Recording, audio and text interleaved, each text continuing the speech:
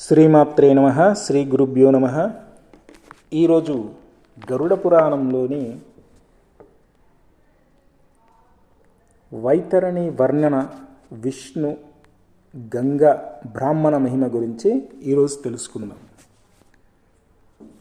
ఓ గరుడ, దానమహిమను గూర్చి వైతరణి గురించి అడిగావు కదా, విను. యమలోక మార్గంలో వైతరణి అను మహానది ఉంది.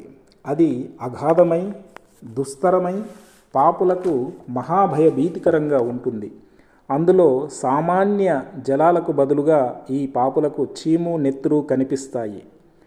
మాంసపు బురద దాని తటానికి వచ్చి నిలిచే పాపులకు కనిపించి, మీ మాంసము ఇలాగే బురదగా వచ్చు అని హెచ్చరిస్తున్నట్లుగా ఉంటుంది. అది నిమిషానికి ఒక భయంకర ఆకారాన్ని ధరించి పాపుల గుండెల్లో గుబులు రేపుతుంటుంది. పాత్ర మధ్యలో నెయ్యి మరుగుతున్నట్లు ఈ నది అక్కడక్కడ సలసలా కాగుతున్నట్లు కనిపిస్తుంది. దానిని దాటుకొని మనం వెళ్ళాలి అనే విషయం స్ఫురణకు రాగానే పాపుల గుండెలు అవిసిపోతాయి. ఆ నీటిలో విషపు కాటు వేయడానికి సిద్ధంగా ఉన్న కీటకాలు తేలుకొండి వంటి వజ్ర సదృశ్యమైన తొండాలతో రండి, మీ పని పడతాం అన్నట్లుగా ఈ పాపుల వైపు చూస్తూ ఉంటాయి. మొసళ్ళ వంటి పరమ హింసక జల జంతువులు వైతరణి నిండా ఉంటాయి. ప్రళయంలో పన్నిద్దరూ సూర్యలోకే మారు నింగి నడినెత్తిన చేరి మొత్తం విశ్వాన్ని మండించేస్తారని విన్నావు కదా. ఈ వైతరణిలో కూడా అంతటి వేడి పాపులను వేపుతూ ఉంటుంది. వారు ఈ వేడిని తట్టుకోలేక వైతరణిలోకి దూకుతారు. గోదానం చేసి ఉన్నవారు సామాన్య జలాలలో పడ్డట్టే ఉంటారు. వారి కోసం నావ కూడా వస్తుంది. ఇతరులు మాత్రం ఆ చీము నెత్తుటేరులో మునుగుతూ తేలుతూ కర్మఫలం కడముట్టేదాకా అందులోనే ఉంటారు. ఎలాంటి పాపాలు చేసినా వారు వైతరణిలోనే ఉండిపోతారో విను.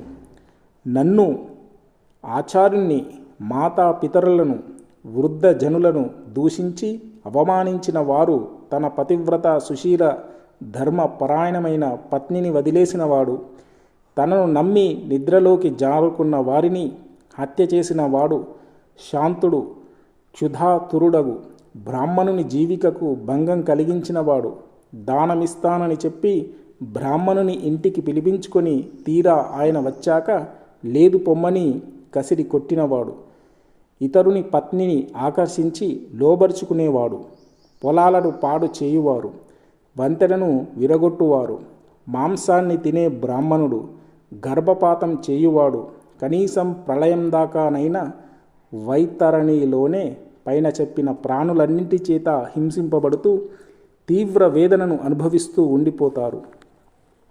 ఈ వైతరణి నివాసాన్ని తప్పించుకోవాలంటే ఒకటే మార్గం. ఎంత మహాపాపి అయినా పశ్చాత్తాపపడి మహాదానం అనగా తనకున్నదంతా ఇచ్చేయడం, ఈ మహాదానం చేసి చెట్టు కింద బతికి శేష జీవితమంతా భగవన్నామ స్మరణం చేయాలి. అప్పుడు వైతరణి కరుణిస్తుంది. కానీ యముడు తన పని తాను చేసుకుపోవచ్చు. మహాదాన ప్రసక్తి వచ్చింది కాబట్టి చెబుతున్నాను. శరీరం అనిత్యం, ధనము అంతే. కాబట్టి ఈ రెంటి మీద మోహం పెంచుకోకుండా నిత్యం సమీపంలోనే ఉండే మృత్యువుని నిర్లక్ష్యం చేయకుండా వీలైనంత వేగం ధర్మ సంగ్రహం చేయడం తెలివైన పని. నల్లని లేదా ఎర్రని శుభలక్షణాలున్న వైతరణి గోవుని బంగారంతో కొమ్ములను, వెండితో గిట్టలను అలంకరించి 2 నల్లని వస్త్రాలను కప్పి పాలు పితకడానికి రాగి పాత్రను సప్త ధాన్యాలతో నింపి బ్రాహ్మణునికి దానం చేయాలి.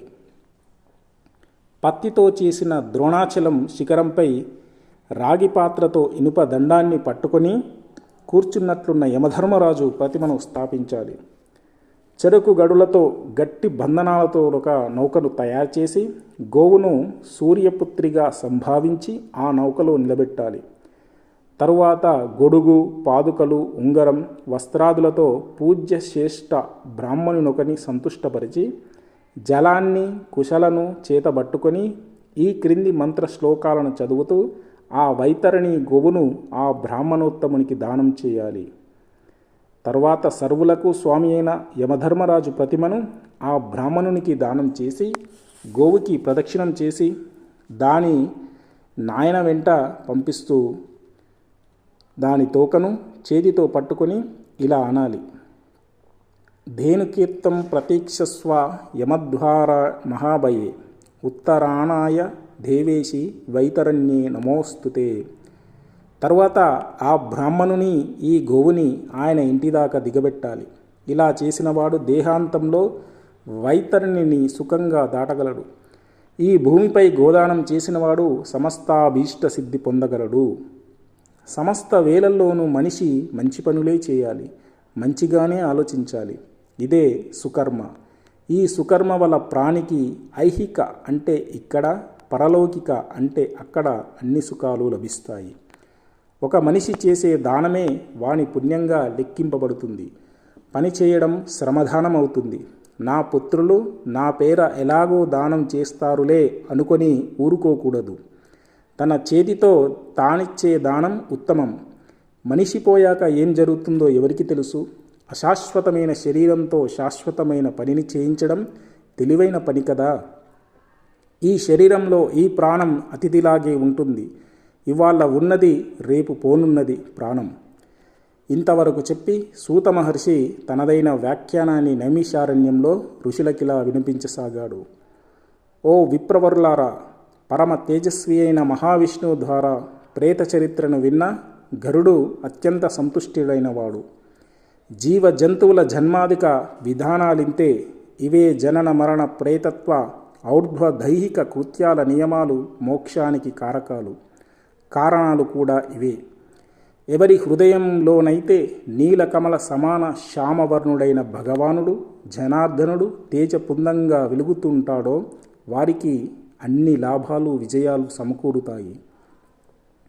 అట్టి మహాత్ములకు అపజయం ఎక్కడిది? విష్ణువే మాత, విష్ణువే పిత, విష్ణువే స్వజన బాంధవుడు. ఎవని బుద్ధిలో ఈ విషయం స్థిరంగా నిలబడి ఉంటుందో వానికెట్టి దుర్గతి ఉండదు. విష్ణు భగవానుడే సర్వమంగళుడు. ఆయనే గంగ, ఆయనే బ్రాహ్మణ శక్తి, ఆయనే ఈ త్రిలోకసారం. అమృతోపమానములైన హరిప్రవచనాలను సూత మహర్షి నుడులను వింటున్న శౌనకాది మహాములు అత్యంత ప్రసన్నులైనారు. ప్రాణి పవిత్రుడైనా కాకున్నా ఏ దశలో ఉన్నా ఏ దిశలో వెళుతున్నా హరిస్మరణ చేస్తుంటే లోపల బయట కూడా పవిత్రుడవుతాడు.